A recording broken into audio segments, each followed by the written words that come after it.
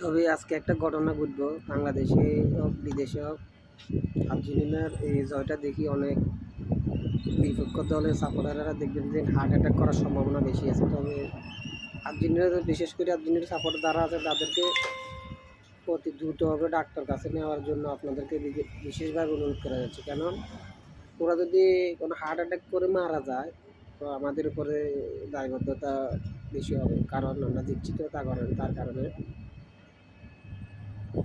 দেখবেন দেন অলরেডি অনেকজন বাথরুমে ঢুকে মাথাতে পানি দিতেছে, কারণ সরাসরি কাউকে দেখাতে পাইতেছে না, বুকের ভিতরে পানি দিতেছে।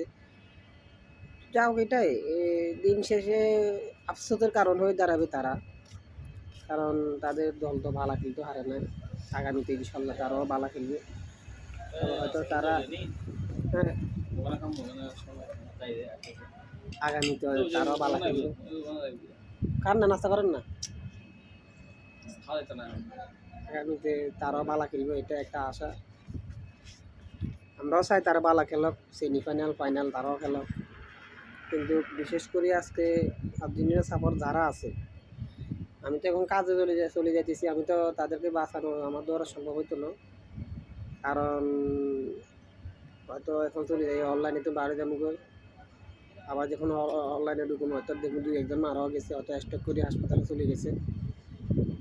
এটাই ভাই, তাদেরকে বলুন যে তারা যেন শক্তভাবে দাঁড়িয়ে থাকে, অতি শক্তভাবে যেন দাঁড়িয়ে থাকে। অন্য আমাদের উপরে দায়বদ্ধতা বেশি হবে, ফিফার উপরে দায়বদ্ধতা বেশি আসবে,